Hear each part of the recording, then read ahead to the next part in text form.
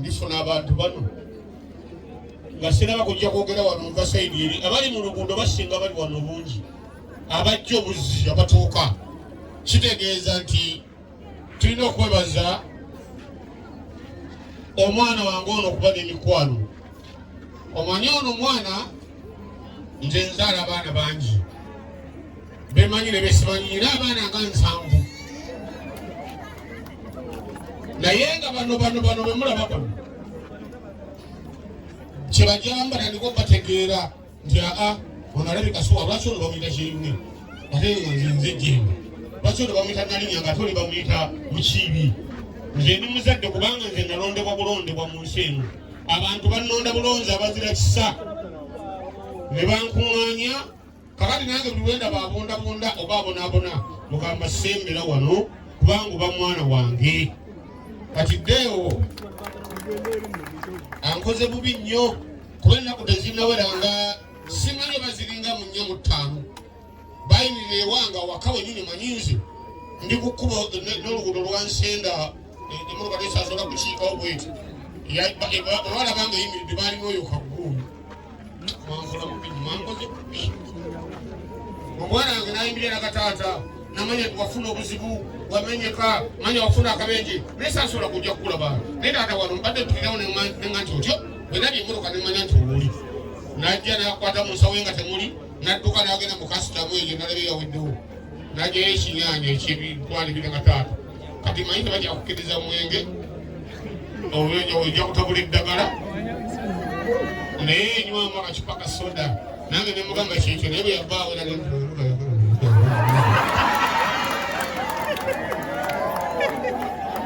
neŋŋamba nze ŋŋendera ku nnono nze mba ku nnono namanya tumanamaalwa mazzi nasiwase ga mwibwi kitegeeza mba sinywedde ekisobola n'okungobya mu kika. Yes naye mwebale nnyo okutuwagira ffe nga bayimbi nsanyuse nnyo bayimbi bannange nabaddeko eyo nange banaye nange ndi kuzibu kugulu kuno lwakwekaza naye nange ez'abakyala zannumye baaba neziggwayo nambe wuzi kubanga nina bawulija abakazi bagamba nti wuzi zirungamba simanyi ne baaba zannumye ne bazijjamu naye kati essaawa zino nange ngenda nsimbikiriza mpolampola siyimiridde nnyo nange mubungi kubanga nange temusindikagana abali eri mu luguudo abayingira be bakyasinga obungi okusingamu abali wano n'olwekyo mwetereeze tube n'empisa. Omwana wange ono abadde n'empisa era bakadde bazadde bannange abazaala omwana oluddeewo omanyi namba esinga obungi ewaana bafu naye nze newoba mufunga bakola ekibi kikugamba nti ogenze naye wankola kino newe buli badde era ndikusanga tuli kula ku jjinja. Yes abasereka bannaabwe bategere ngaessaawa gyeri okukula ku jjinja bona ne bakudda mu maaso bati otandika okubuuzibwa nakukola ki okuntuusa eno. Omayinza nyina engombe egamba alinsereza sirimunyiigira naye aligezaako okunsereza oyo nifaafagana naye kubanga wali ali bamaze kati ddewo aba ayina yabusereza yabukozeki yamumaze naye bwabanga ze yali agezaako ono tujja kutunga paka lasiti ekyo nkibabuulira bakadde bange abakuza omwana ono bebiddeewo sinamala bakubamanya sibamanyi naye nza omwana wammwe mulese okuva nga yakafuuyirira ebirevu nga balina budonyigunyi oyo wali ekasiisira ekawempe era nga bakoppa okuba nga bayimba nga muze rediyo ne wizo ne bakola show zaabwe nga bayimba abantu aba babiri naye bwe baakula buli omu munaye nga omanyi bagamba bakula embiri zikyama buli omu n'atuluze nasanirira nga ze gyakoze nti gyalabye. Abaana bange bano tebampisiza bubi emyaka gyonna era bediddeewo mwana mukama akulamuze kisa tokozeeko kibi.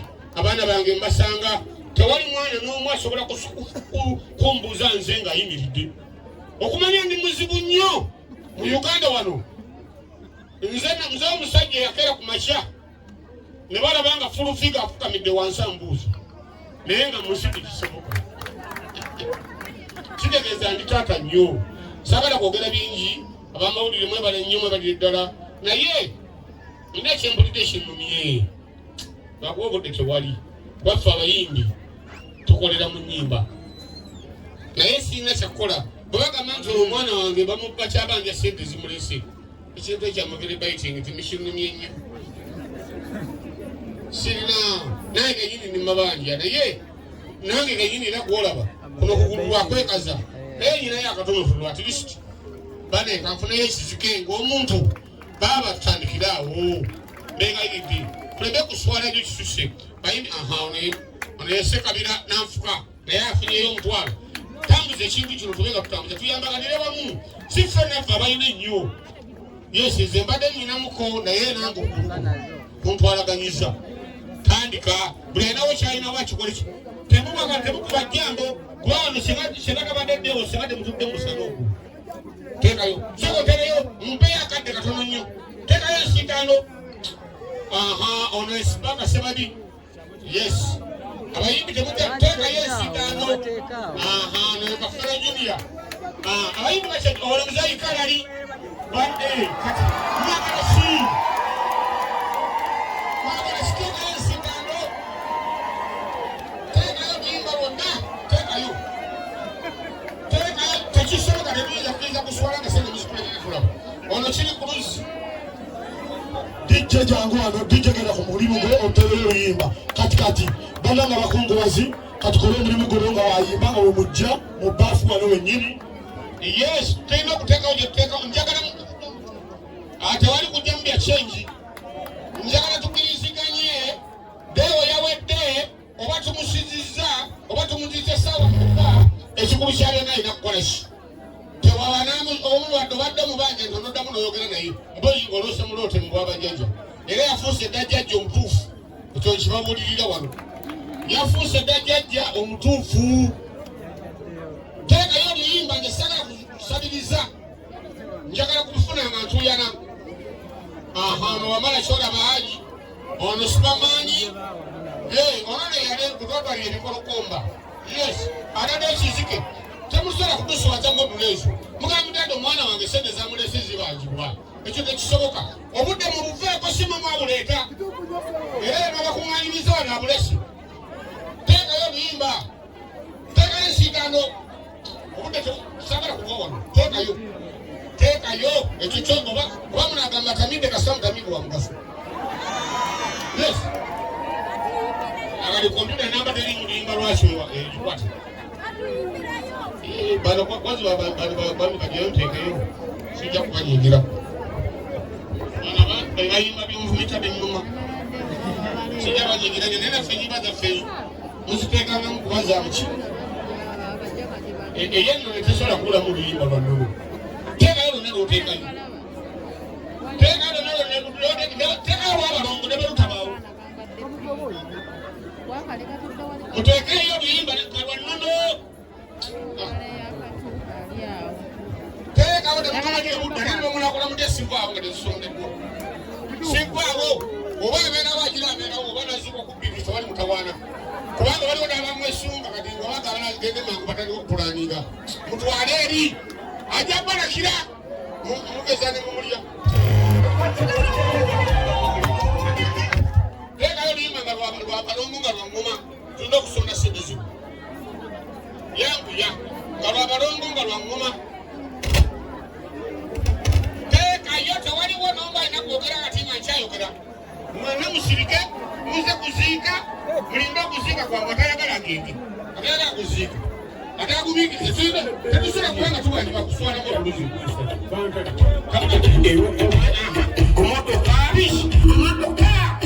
eno ye buddo eno ye buddo SS wulira buddo SS Budo SS kutusako concert luvo kwaya Budo live music concert Budo second grade jabaten ku Serena Hotel Kampala nga 17 August emyaka 25 gye tujaguza nga tuyimba ennyimba tiketi za shilingi emitwalo 10 emmeeza y'abantu 10 ya milioni 3 kale tuyita ba hobbies ne ba OGs abazadde ba well wishers banabuddu akamwenna tubakoora mujamu wagire kwaya yamwe Budo nga tuyimbidde emikono gy'obwakabaka gyonna tulina ennyimba zaakwo 17 August ku Serena Hotel Kampala biwagidwa Central Bank Skypings Tours and Travel Stream Live Avenue BBS Telefina St. Francis Junior School Budo Clever's Origin Schools Tegalia Infant School Newman's abakora bompwati Mabiriza Herbal Products Limited tulina eddagala eriyamba abaami n'abakyala Simuluzo Mani Power Extra Complete Man Herbal Mouthwash Coffee ayambira ddala ffe abaami tulinawo kaama k'abakyala Tightening Powder oyagala okugeza ebbina eddagala eriyamba okwongeza ku balongo oyagala okusereza nabunyaayo oyagala okufunza nabunyaayo enywere Express Water Tightening kadde agoba infection mu baami n'abakyala ate nga tulinawo sabbuuni ono sabbuuni ayamba abaami n'abakyala tulinawo ebizigo by'abaana n'abantu abakulu enkumbi eyambira ddala mu kisenge tulinawo obutiiti ate nga tukolera ne oda yo bakyala bannange ekyama kiri ku Mabirizi Herbal Products nze najja wano nga sina kabina nga sefiringa naye mukwano we nagezesaako ku Thika Body Cream ebbina nenfuna kati nze natambula nsagala ate era nenkozesaako ne ku Mabirizi Lightening Cream ndowooza kasikini mukalaba ayagala omanya ebisingawo kuba ku 0704 737 14 accident wakiri yandibadde asobola okulwala netumujjanjabako mikwano gyange mwenna ab'ekiyuuni abazze ne bapromoters mwenna tufiiriddwa empagirwako tutubadde twesiga ennyo basebe ne bannyabo olw'obudde okuba obufunda nze nja kuwa amavugo ga mitwalo 5 bwe nambala ekyo nja kuyambako ku school fees z'abaana emitwalo 15 mwebale nnyo mwebaliye ddala okumpuliriza bassebo ne bannyabo tweyanza nnyo meja obubaka bwaffe bw'otuwadde aweeredde abaana baffe n'emitwalo 15 n'atuwa n'amabugo ga mitwalo 15 njakusaba kodi baba kodi osembere wana amabugo gano tukakwatire leke kutambula nnyo osembere wana amabugo gano tufenga tukakwatire wano musikiriza akazindalo kano kali muganda wange Jemba atuyitireyo abayimbi nga basatu ate oluvannyuma tugenda kukiddako mutukirize abayimbi nga tebannaba kujja kubanga tubalina bangi katusooke ne famire basebo ne bannyabo katusooke ne famire era njagala kusaba baba Godi gwogenda okusooka okwogera nsaba baba Godi gwogenda osooka okwogera baba Godi nsaba muzeeyi mumunsembereze wano kojja nsaba y'okusaidiya abamaama kojja oba maama okusaidiya abamaama kujja twalondemu omuntu omunamwe munsindikire wano tweyanzenga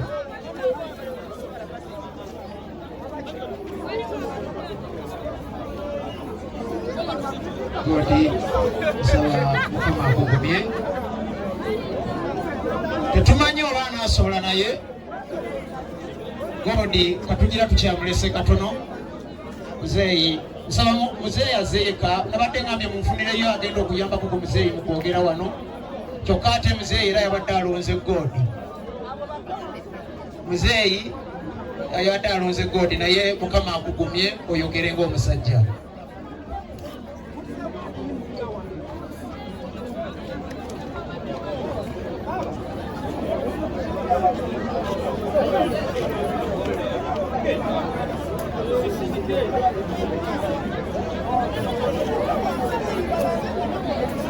basaba ne bannyabo antwala omusamu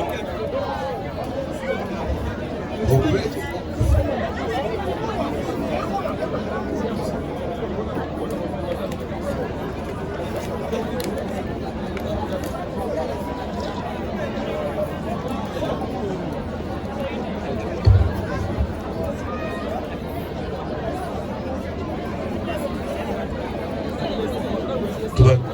okugumiikiriza akaseera mwali sikangu naye nsaba ffenna tugume.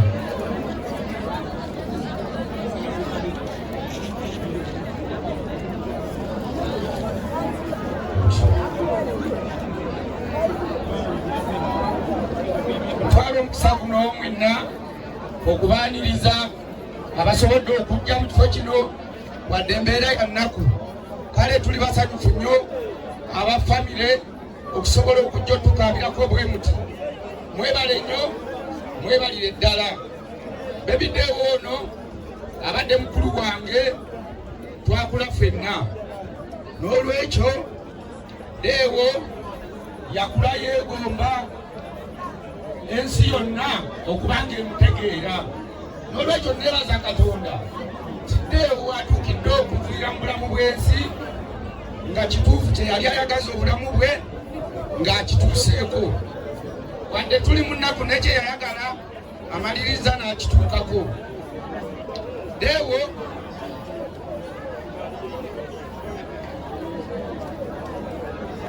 embeera ze ffe nga baganda be tubadde tukwatagana bulungi, tubadde tetulina mitaawaana gonna ffe ne Dewo. N'olwekyo tusubiddwa nnyo okufiirwa muganda waffe ng'ate mukwano gwaffe kitalo nnyo. Mu bumpimpi ku lw'embeera ya famire eno munzikirize mbatuuseeko ebitonotono ebikwata ku Dewo. Baby Dewo oyo amannya g'amatuufu ye Mbaziira Tadewo. Mbaziira Tadewo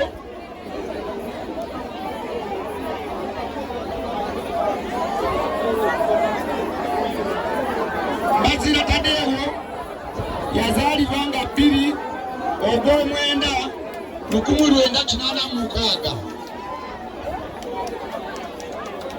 era nga yazaalibwa wano. N'olwekyo mumufunze tusiimye nnyo, tusiimidde ddala. Mwebale nnyo, mwebale. Nga baba Godi ne famire bakyayogera abayogala kemuwulira kireka nyiitu abasokolera nga yingira mu kaseera kano kulegera Pafladito aze ne tiimu ya Nuupu kulegera Pafladito kayogala kemuwulira abanafu abanuupu bayingire ekibiina kya National Unity Platform. Bano tusaba tudde mabega, tusaba tukontrolinga omukolo guno basaba ne bannyabo. Omukolo gufa, tusaba tuddeko emabega security muyambeeko okuzaayoko ku bantu bano emabega. Security muyambeeko okuzaako ku bantu bano emabega. Tusaba muyambeko, tusiriikirire tumaleyo obubaka bwa famire basaba ne bannyabo. Tusaba tusiriikirire tumaleyo obubaka bwa famire.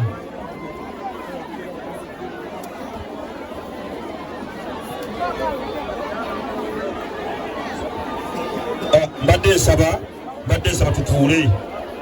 Buli mututuula weebadde sikamu ebigere katono nguyize emabeka. Omukulu Pafladito atuuse waffe ddala. Mudde emabega. Saagala kuyita security abadde alina lwatutuula. Saagala bakukwateko. Azze bamuyita Pafladito. Yakati mukakkane. Bawusa abantu beyongereko. Bano tutwagala tubasindike mukakkane mukka. Yes. Kubanga abafamire bakyayogera otyo. Twongera okwaniriza abakulembeze baffe ab'ekibiina kya National Unity Platform abali ku saidi y'entaana muveeyo kubanga mugenda gimenya. Omukulu Pafladito tusanyusa okulaba ne ttiimu yonna nga bwezze. Tuli mu kukungubaga era ssebo weetuukidde nange pulezidenti adde yampeereza ddako meseji akankubagize era obadde musuubire tugudde bugwi tukwaniriza okwerekera ku muganda waffe ekyo tugenda kusigala nga muganda waffe wa famire ayogera nga namwe mutereera tumalirize ebintu tubijje mu ddiiro.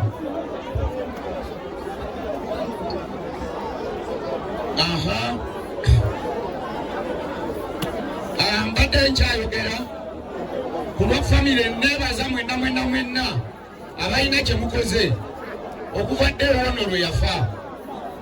Deo yafa nali waka zaali ssaawa nga 3 ne bankubira essimu nga baŋŋamba Deo afudde. Yankubira yali wa ku kyalo nensooka mpakanya amawulire ago nga sikikkiriza nti Deo afudde.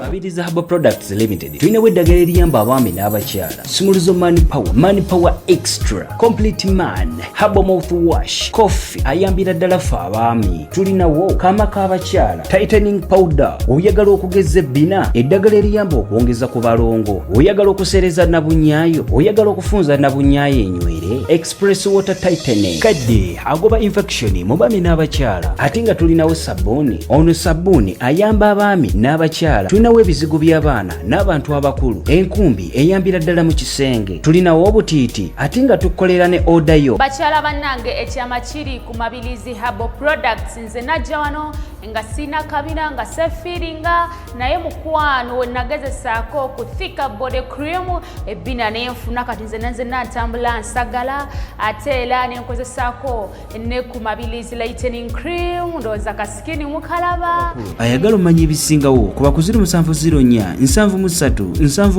14.